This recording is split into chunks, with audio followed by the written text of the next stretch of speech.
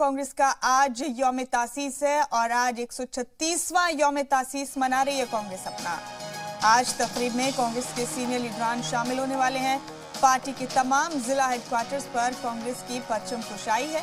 तकरीब में सोनिया गांधी शरीक नहीं हो रही।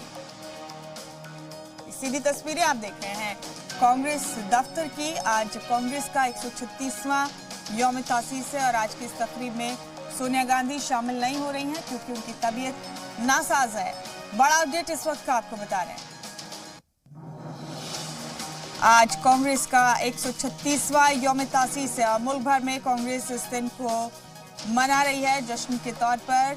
मुल्क भर में जिला हेडक्वार्टर्स पर कांग्रेस ये फंक्शन, ये तकरीब मुनक्किद कर रही है।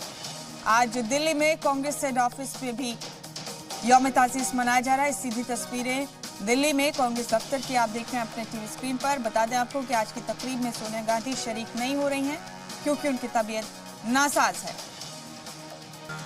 ये बड़ा अपडेट इस वक्त का आपको बता रहे हैं। कांग्रेस का 136वां यौम तासीस है आज और अपने इस अहम दिन को कांग्रेस मुल्क भर में मना रही है।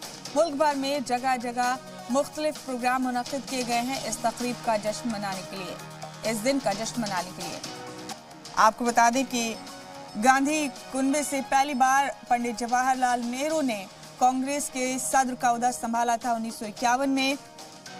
इससे पहले अहम बैठक हुई कांग्रेस की। कई जगह कांग्रेस अपना यौम तासीस मनाने के लिए कई बड़े प्रोग्राम मुनक्किद कर रही है। हालांकि आज के मेन प्रोग्राम में सोनिया गांधी शामिल नहीं हो रही हैं।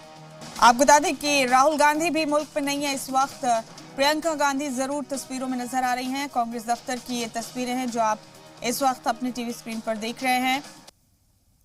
समझती हूँ कि ये पाप है क्योंकि जवान किसान का बेटा होता है। जवान हमारी सीमाओं पे खड़ा है हमारे लिए।